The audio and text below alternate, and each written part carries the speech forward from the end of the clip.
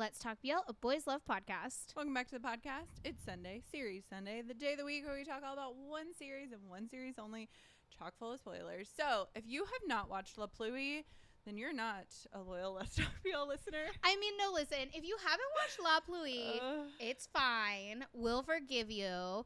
Take this time and go watch it and then come back, or just be prepared to be spoiled. Take this conversation as you will. It's true. Honestly, Yes. take literally every conversation we ever have as you will. We're not experts. We don't know No. what we're talking about. We just really love Sia. We just have opinions. We just have thoughts. We just have feelings. We just have so many feelings. We will do our best to not. I just have so many feelings. We will do our best to not make this a Sia episode, but it's going to be a Sia episode. It's a Sia episode because for so many reasons, and we'll get into why. Yes. But Nuts and bolts. yes. Okay, it's 12 episodes. It's on iQIYI. It was done by a new company called Actraction. Yes. The Thai love to put words together to make up new words for a studio. Shout out P8. Yes, P. Ake is a part of this production. He also was a part of You Are My Sky, Jude My Katongfa. So, of course, we were destined. It's almost like, yes, it was our fate to love this show. In P8 we trust, honestly. He had a new partner for this, and it was a fun new adventure. So, we have Pat, played by P, Sang Tai, played by Title, Sang Tien, played by Sia, and Lamphon, played by Copter. And listen, this is not a main character, but I'm going to shout them out as though they are a main character. Ping Pong, played by James Punapat, who is amazing. And Ping Pong is truly a standout character for being a side character. That's all I'll say. Yeah, they're probably in this show for a total of 5 minutes. But the impact is so impressive. I mean, listen, we met James when we were in Thailand, and literally within the first 2 seconds, I felt like we were best friends. Yes, mostly because I want to be best friends with James. So, I think that I felt like James's best friend because I was like, I love you so deeply. We were like, we're your fan club, and he was like, stop. He was like, I don't understand. Stop. And we were like, no, you don't understand.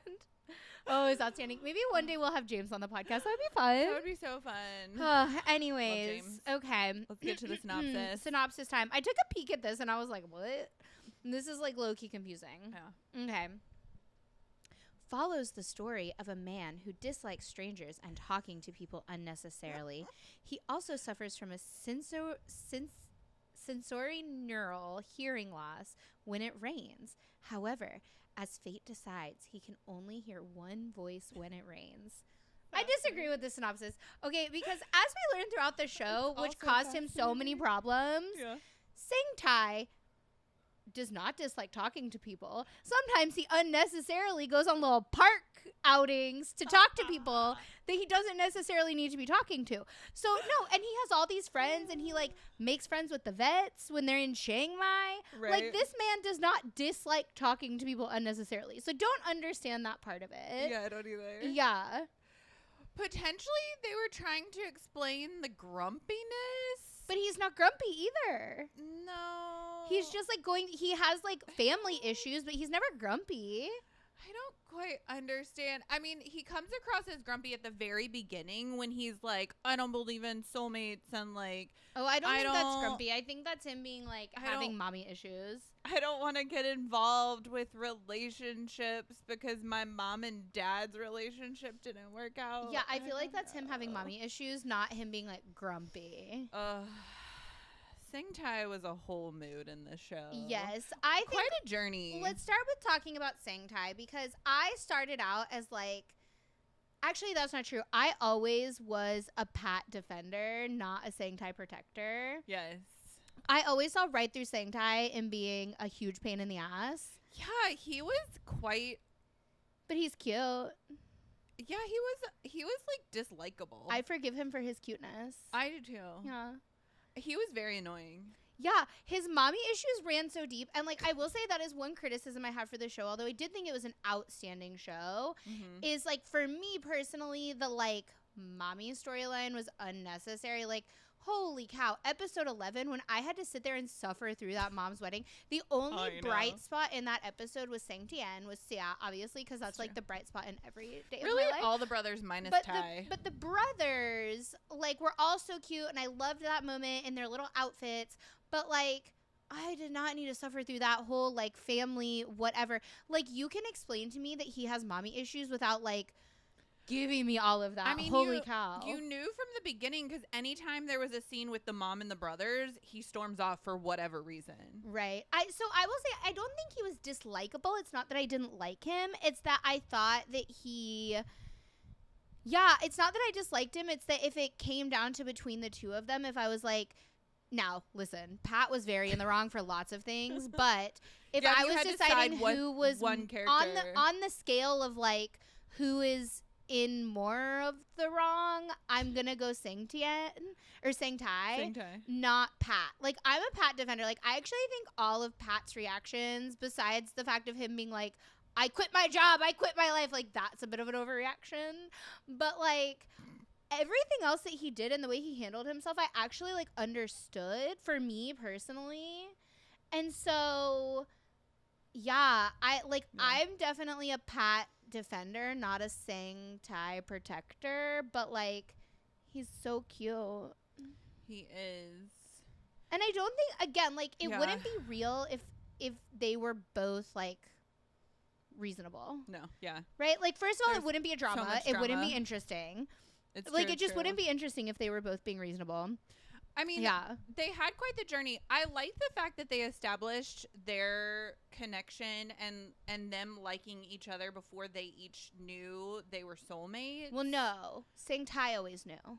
The minute Sang Tai heard his voice, he knew it was him. He writes it. Yes. So Sang Tai always knew.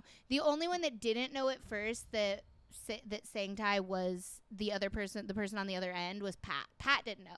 Pat liked him before he knew he was his quote unquote soulmate. I suppose. Well, my argument is that potentially it was love at first sight for Sang Tai, because he didn't quite figure it out.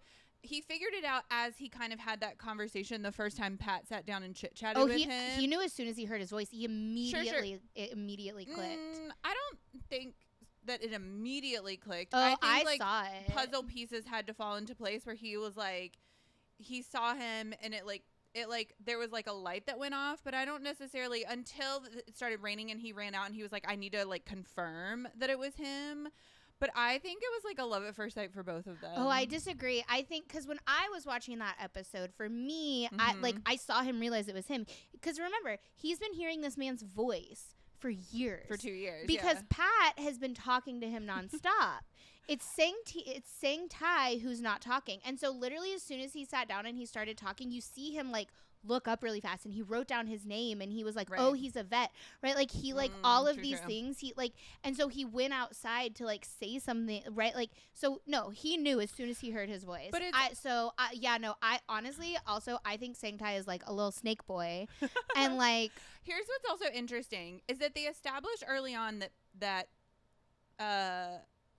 Pat believes in soulmates. Right. And Tai does not. And so it's interesting that Tai immediately knows that Pat is his quote unquote soulmate, and that Pat falls in love with Tai before he knows. So even though he has put all of his effort into talking to his soulmate for the last 2 years and essentially broke up or a relationship was broken up because of his soulmate, that he finally meets Tai, even though he doesn't know he's his soulmate, and then decides like, this is the boy that I'm gonna defy destiny for. Right, because he tells it's very, very sweet. I loved that part. Yeah, so like, because he does tell Dream. He tells Dream that he's gonna like defy his destiny, all this stuff. So like, yes, he fell for him before they were soulmates, which I think is important. Because, and this was another frustrating point for me, although I did love the show, the drama, the pacing, everything about it was so good. Yeah, I thought I loved like the pacing of this show. Yeah. I also loved the way they did the flashbacks. It was never confusing for me. I did see like some people in our like DMs and comments, people were like, but I think that's only if you weren't paying attention. Like when I watch shows, I don't really like look at my phone. I don't really like do other stuff. And so like, I think if you're like scrolling your phone or whatever while you're watching a show, I can see how it would be like confusing or jarring. Yeah. But like I just didn't feel that way. Like I'd like I to thought go they were done rewatch well. this show because I feel like this would be a very different experience if you binge watch it. Maybe Because I feel like it would give you more clarity as to the timeline, because there is kind of a lot happening, especially because of just like the hearing things, right? There's certain pieces that you're like, oh, like I remember when, I think it's episode 2, when Pat and Ty first meet, and we had this conversation where we're like, does Pat know? Do we think Pat knows when Ty follows him out and it's raining and he's like, hi, how are you? Like he finally speaks. And we were like, oh, maybe he knows, maybe he doesn't know. And then the next week we're realizing like, oh, he has doesn't no know, idea. yeah. And so I feel like that would be an interesting like continuity thing to see kind of how smoothly it works as a binge watch show versus like each week, because I feel like week to week you sometimes forget like bits and pieces. Oh, maybe this is another show, like I did this with You're My Sky, where I rewatched the last episode before the new episode would come out. That makes sense. Because yeah. I really enjoy this show. Like I just Yeah. like the show. But yeah, I think that my only other thing is that we never addressed that he's a medical fucking marvel, right? That we live in this world. The laws of this world make no sense. Well, they do, but then they don't follow the rules. And this is my beef with He's Coming to Me Too. Like, you can't establish mystical ass rules and then just break them and then not establish, like, and not even, Not like, acknowledge that you're breaking them, right? That's the thing is, like, break the rules. Be a medical fucking marvel. That's cool. That's great. I love that for you. But in a world where it's been established and there's like research done on it and like communities around this hearing loss situation, and you now are the only person in the world that has figured out how to break the connection. Yeah. And we're just not going to talk about it. Like, no one acknowledges that he's a medical marvel. Your parents got divorced and they're still connected. Right. No one. And so I thought, I was like, ooh, maybe the parents broke the connection too. And that's like the big secret. And he has 2 soulmates. And it turned right. There's so many There's pieces. so many things. And right, I thought too, maybe this is what's going on with the parents. Maybe the mom heard a second voice and like, we're going to get clarity. No. In this like convoluted 11th episode, we're like, it turns out that they just decided they didn't love each other, which is totally like chill and cool and fine. But we don't need a whole episode to explain it, well, y'all. but also, if we're gonna break the rules, at least acknowledge that he's a medical marvel. Like, it makes, I was like, we're really not gonna address this? That was wild to me. Overall, I'll be honest with you, I think P and Title are very good together. Oh my God. I kind of hope this is a ship that sticks. I hope we get like another series out of them. Me too. But personally, I don't think they should have ended up together. I kind of wish that it had been like a lesson learned, love and loss, like the one that got away kind of ending. I don't know. I think they deserve each other. I think they're both a hot mess. And they deserve to be in their mountain villa, just living their best Secluded. life. Yeah. I don't know. Away from everyone. Yeah. I think that's the trick with these two, is that like they need to just like figure their stuff out on their own up in the mountains. Maybe. Removed from society. Maybe. We don't need anyone else drug into this hot mess of a relationship. Yeah, maybe. Because like, again, I'm a Pat defender, but I will say it wasn't cool that Lamphon went to him and told him this like life altering thing. Yeah. And then he purposely hid it from Sangtai. Like, that actually is not cool. Like, if you actually love someone, you're not going to purposely hide that from them. You're not going to be like, well, don't tell them, like, and keep it a secret. Right? Like, that's a betrayal, in my opinion. Yeah. I don't necessarily think that I think Pat is Pat, and he was like, I have finally gotten with my soulmate that he's like waited for 2 years, and I definitely think he was acting irrationally. And I see how characters like this, because you see it time and time again, where these characters make these grand gestures and they're like, I want to keep what's mine, and it's not right. And I totally agree that it's not right, but I understand where he's coming from, where he's like, I don't want anything to mess it up. Now, mind you, that's like the first step in messing it up, is trying not to mess it up. It's also selfish, right? For like, sure. That's the other thing, is like, you're trying to protect the thing that you have, and the closer you hold it, but it has nothing away. to do with loving the other person, I guess, is my thing. Is like, that wasn't done, it wasn't an act, it wasn't a mistake done out of like good intentions. It was all done out of like selfishness and bad intentions. For sure. And so like, that's one thing that he did that I don't like, although I am a Pat defender and like ultimately like I like Pat as a character. I did like, that part really rubbed me the wrong way. Like, I was like, that really wasn't cool, because then he goes and he gets so angry about this little like his anger, Lord have mercy. this little like when Sangtai is hanging out with Lamphon, because like, it's in that moment, sure, Sangtai knows Lamphon has a crush with him on him and he has a boyfriend, and he knows he shouldn't like, it wasn't smart for him to go hang out with him one-on-one. But on the other hand, he hung out with him in public. It's not like he was trying to hide something. It's not like he was doing something nefarious. He felt like he was trying to be nice to this boy. He lied out of like his intention. This is where I think the two, like, there's a difference between Pat keeping this secret about Lamphon from Sangtai and Sangtai lying about hanging out with Lamphon are two very different things, because Sangtai did that out of good intentions. He didn't want Pat to be upset and didn't want to hurt his feelings. Now, he shouldn't have done something that he knew would hurt his boyfriend's feelings, but like, it was done out of good intentions, that lie, and like, he knew he wasn't going to cross a line, and he knew was like, but he never would have been in that position had Pat not lied to him, not been like hiding this big secret from him. Because Lamphon, his whole motivation is he felt like he had to prove it, right? Because he waited all day long for it to rain so that he could prove he could hear him, that they could hear each other. Yeah, because he was like, I can't just say this because no one's gonna believe me, because again, it breaks all the rules of like physics in this show. So like, and then they broke another rule in that same moment where Ty apparently only had to scream out loud that he didn't want to be connected to these boys and could break it. But so like, Lamphon was just trying to prove that like, actually, like, Lamphon was trying to figure out what was going on. Like, he was shooketh.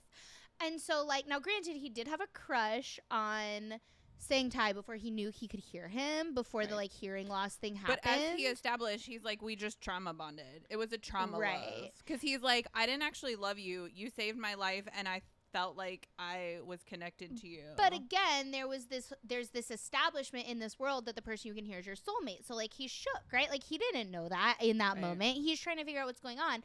And so like, all of this could have been not a fist fight in the rain, although that wouldn't have been very interesting. That wouldn't have been very fun to watch. That fist fight was done. To be fair, like, that wouldn't have been very fun to watch. But the all of quality this could have been, production was very top notch. All of this could have been avoided if Pat hadn't hidden Lamphon's confession.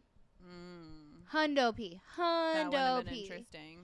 But then it wouldn't have been as interesting. It wouldn't have been as good of a drama. We wouldn't have got a fist fight in the rain. We wouldn't have got this like screaming out. We wouldn't have got the moment when Sweet Sia, let's move on to Sangtian. When Sweet Sia is in the rain and he's looking at Lamphon. And again, now I have said before, one of the reasons I love Sia so much is the way that he acts with his eyes. And this scene was like outstanding. Like, truly, this man deserves to EGOT. I'm not even kidding. Immediately. Yes. Just give him the awards. Yes. This man could EGOT. I'm telling you. Okay, I have seen him dance, and I have seen him, and I've heard him sing, and I have seen him act like he could do it. On Cute Boy Thailand, he did like a musical thing too. Yep. So like, I know he can do this. Believe me when I tell you, Sia is perfect. But this scene in the rain, when he looks at him and he just looks at him for a minute, and you're like, you feel everything he's feeling, and that's what, like, I love that so much about Sia's acting, that like, Sangtian looks at Lamphon and you feel all of the things that he hasn't said before. Like, we've all seen him go through these emotions for Lamphon, but like, the hand holding thing was the cutest thing I've ever seen. But like, and we see him at the camp, right? Like developing this crush, right? And him like going, like, we see him, but it's all these things he hasn't said before. And in that moment, you feel what he's feeling when he looks at him. And then when he says, because I like you, you jerk. Oh my God. It's perfect. Like, oh God, it's such a good scene. I feel like this is a good moment to be like, so we talk about a bunch about the casting because I watched the casting. They did a live stream of the casting, and we will admit that at first we did not understand Copter and P in this because we are big fans of Sia, obviously, and of Tidal because Tidal has done a ton of things, and I think Tidal is an excellent actor. We had just watched Remember 15, which is insane, and then he just did the Future series, and that's a whole different story. But like Tidal's an excellent actor, but Copter's brand new, and P I had seen in Why Destiny, but I was like, I don't. And Cute Boy Thailand. Yeah. But I didn't really understand it. But dang, these two boys proved me wrong, and I fully understood it by like episode 1. I was like, these boys, the pairing of each two, I thought was incredible. Like they worked off each other so well, and I like, oh my gosh, it was excellent. The I did casting not. was perfect. It was Sia and Copter specifically. The first time I sort of saw them pictured together, and I saw like the workshop stuff, and I like saw before the show came out. I was like, I don't get it. I don't get this. I really genuinely didn't get it. Partially because like I just didn't get it. We also didn't know anything about these boys, and Copter, like when you first look at him, like you kind of have an idea of who he could be and what he could be, but like it's not like he's so nice and he's so like personable and the emotions. But that's not what makes Sia and Copter work in this show, because Copter in real life is nothing like Lamphon. And so like what makes it work is actually they have great chemistry. Like it has nothing to do with who Copter is in real life. I think for me, I just like I didn't expect them to have such good on-screen chemistry because I looked at them in pictures together and I was like, I don't get this. I don't get this. And then I saw them like act together, and from that first scene where they're together, when they have that like when they're in the bookstore and Lamphon takes the book, which is like, by the way, one of my favorite scenes in the whole show, when Sia starts throwing this fit. So good. Like, oh my God, it was so cute. Like Sang Tien, I think in this entire show, not just because it's Sia, but because of everything about him, I think is my favorite character in the whole show. He's a breath of fresh air in relationship to Tai, because Tai is just so much in his head. Whereas Tian is very just like says it as it is. Well, I would say they're both very innocent, but there's like a happiness to Sang Tien that Sang Tai is just kind of a bummer. Yeah. Sometimes. Agree. And Sang Tien, even when he's like upset and crying in the rain, or when he's throwing his fit in the bookstore or whatever, like, or even in like episode 12 when he storms out of the classroom, which, oh my God, we'll get to that scene. He's like, there's like a niceness to him. Yeah. I don't know how else to explain it. And so like, I enjoyed this character. I enjoyed his ups and his downs, and I enjoyed the way he like related to other people. I loved his little friend group. I loved the way that he processed things. Like when when Lamphon like grabs his hand in the classroom and his heart flutters, and then he goes out, and the way that he processes it is by making everybody in the vicinity hold his hands to see if he can recreate this. First of all, I volunteer as tribute. But second, I just love that like that's the approach he took to that. Like that's so cute.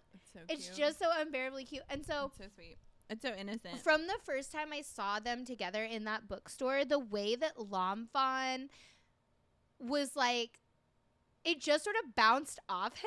Like, I think these two have such good chemistry. For sure. Yeah, like they have such good chemistry. And then I will say, about halfway through the show, I was like, I don't know if I want to see them kiss because I don't know if it'll work. Honestly, I was like, I don't know if it'll work. I was like, I like Copter and I love Sia, and like, I like them together and I like their chemistry, but I don't know how a kiss would work. Like I just didn't know how I felt about it. And then damn.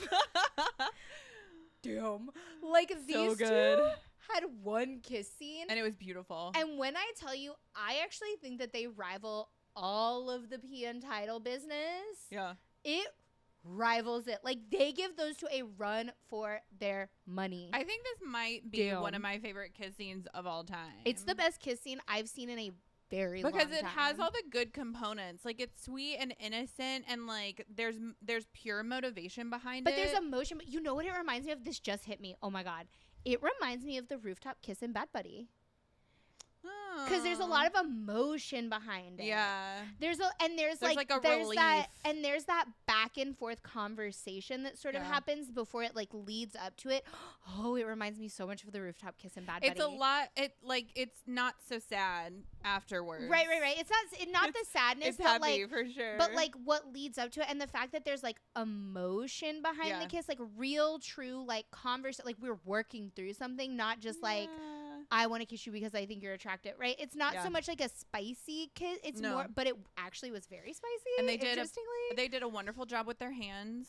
There were no dead hands. They did a wonderful job with the filming of this. Yes, the filming was so good. You got so many angles. The tiptoe. Oh my God, the tiptoe. I screeched. Also, you know what I really loved after this kiss? They have a conversation in another scene where Lanfan's like, I want to kiss you again. And that's such a sweet conversation of like, I am really passionate about you and I really do like you. And then he's like, if we just have to hold hands, like I'm cool with that too. But I like that there's that conversation because it shows like, yes, I know I liked your brother. My bad. Like it wasn't real. I promise. I like that there's clarity in the conversation. He's very clear about both of them have such a great communication moment of like, okay, we have worked through our communication issues and now we're going to be fully clear with each other this entire time. I will say, I think that the line where he says, the topic of the project was about what's in your heart.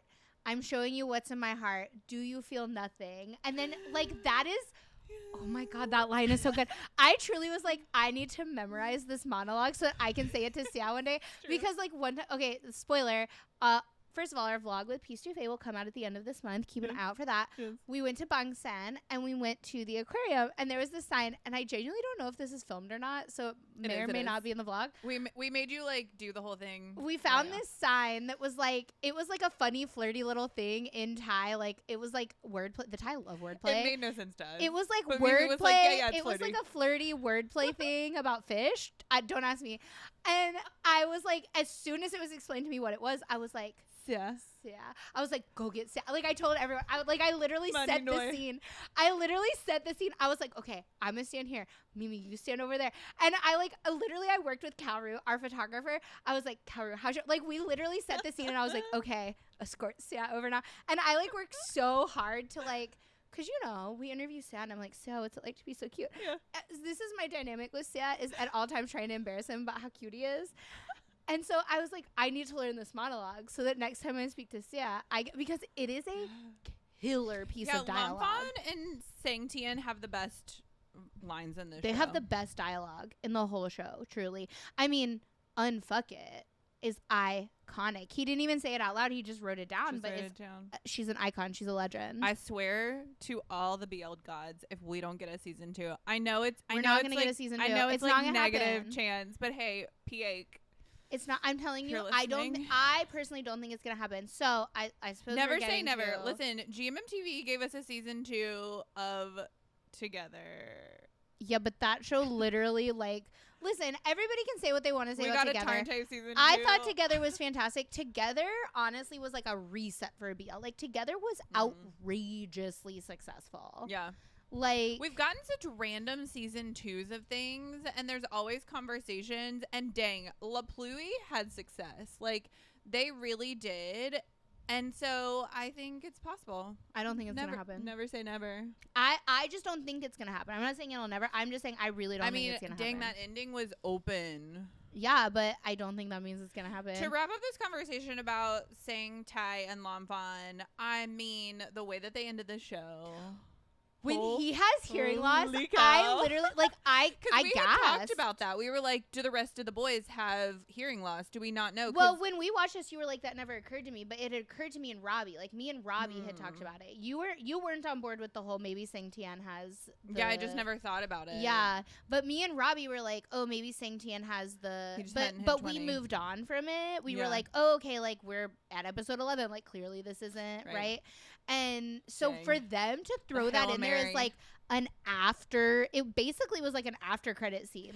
I do like the idea of Sang Sangtian and Lanfan already being together and confessing their love for each other, and then the addition of A love soulmate. rival. Yeah. Because I think that was the annoying part about Ty and Pat, was that you also had this girl involved. So like they were not on steady ground when a third was introduced, technically a fourth, and so it was already a hot mess, and like there was no hope that these boys were gonna have any type of like clarity or communication. And so I do like the idea of introducing a love rival after you've already established a relationship. Yeah. It I will is say a different dynamic. the only other thing I'll add before we like fully wrap up is this had one of my favorite BL tropes, which is the excellent friends. Every single friend in this show was perfection. The girls were perfect. The girls were great. Literally, even the love rival, when she realizes like, oh, this is who he's with, she has that little heart to heart with Ty and is like, good luck. Yeah, even Pianata is good, right? Like they're all good. And again, it wasn't her fault because Pat had told her, please don't break up with me. And she was like, I'm breaking up with you. So when she was like, I guess if he still wants me back, I'm gonna go try it. Like, sure, girl, go try it. Nobody ever told you he found his soulmate. Like, how are you supposed to know? Yeah. So like, and then when she finds out, she's like, oh, okay, cool. They found each other. Like, radical. So like, no, all the girls are fantastic. All of the friends were fantastic. I love the GL moment at the end. So cute. Yes. And so, like, I will say, of the one other person we've talked to about this, Robbie was highly annoyed that there wasn't, that, I will say Robbie's feedback was that the GL was left open. I didn't feel that it was left open. Like, they're clearly together at the very end. Like, she kisses her on the cheek. They're like, to me, I was like, well, they're clearly together. Maybe not fans, but at least, like, talking. Well, I feel like you don't. I feel like you don't kiss someone on the face if you're not dating. They haven't DTR'd yet, but we don't know that. I feel like they showed like the kiss. Sure. The kiss is what lets us know they're together. Sure.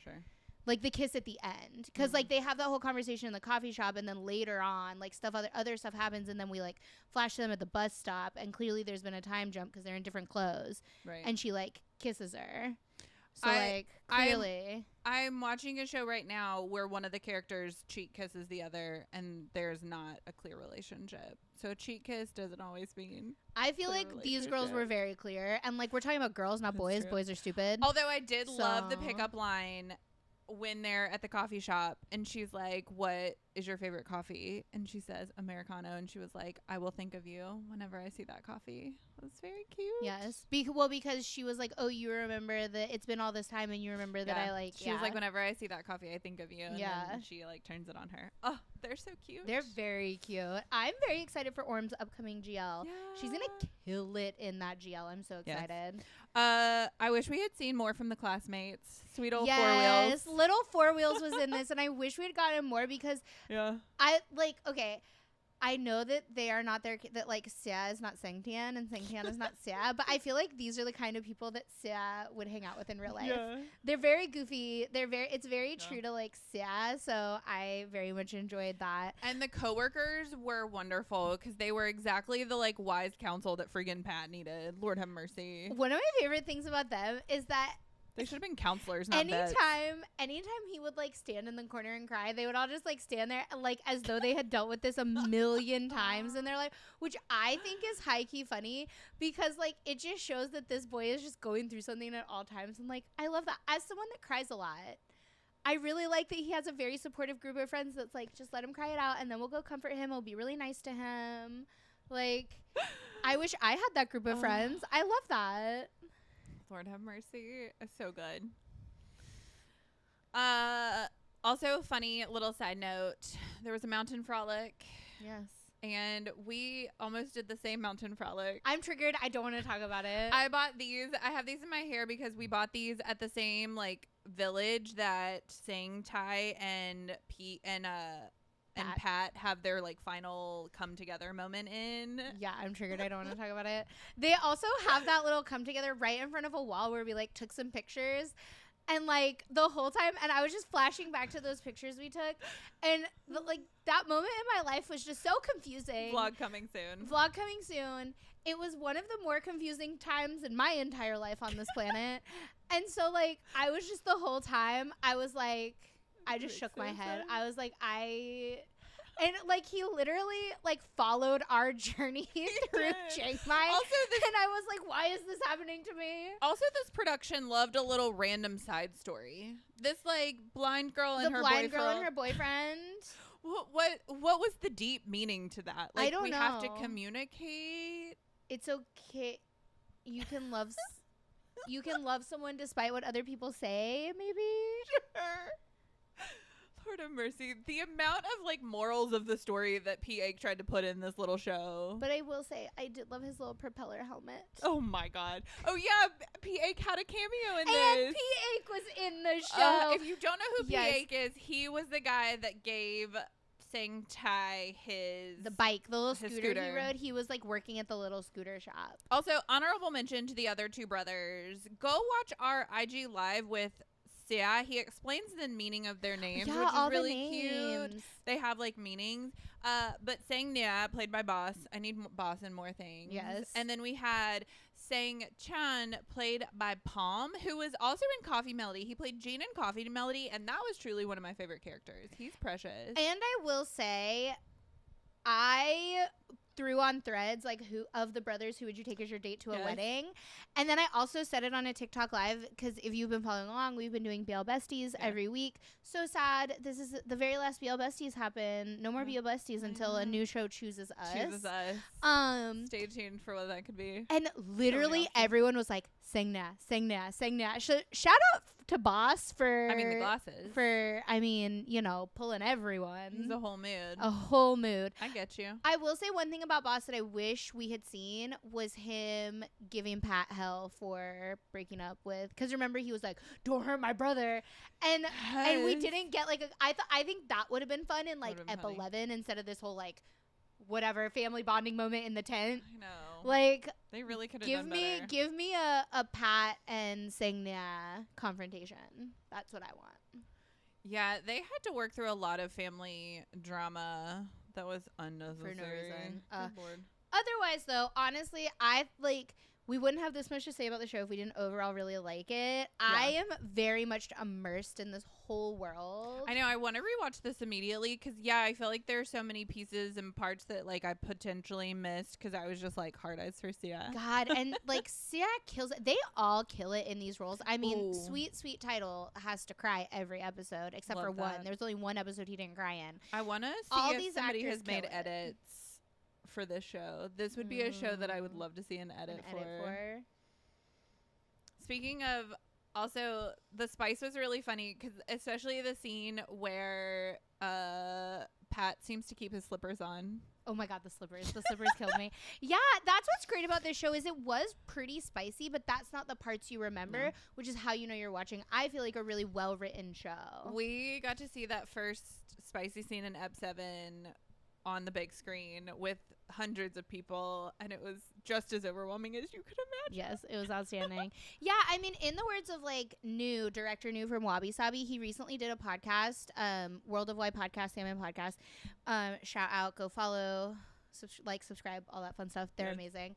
But New recently did an interview where he talked about like as a director and as someone that like produces BLs, he really dislikes like unnecessary spice scenes. And like I think that in like La Pluie, I feel like all of the spice, and it did get pretty spicy, was necessary to the plot because it becomes a part of it. It became a part of the storyline to the point where you kind of forget that it even happened because it was just so essential to the storyline that it's not the thing that sticks out. It's not the only reason you're watching the show. Because what's funny? I thought about this today is that Pat abandons Ty after every time they do it.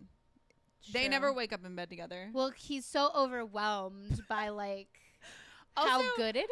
Also, I love the idea that like they spend one whole night going from the bed to the shower to the bathtub. I forgot about that episode. Anyways, this was a great show. If you haven't watched it, go watch it. So good. This has been Let's Talk BL. Don't forget to like, subscribe, follow, and keep up with all things Let's Talk BL at Let's Talk BL.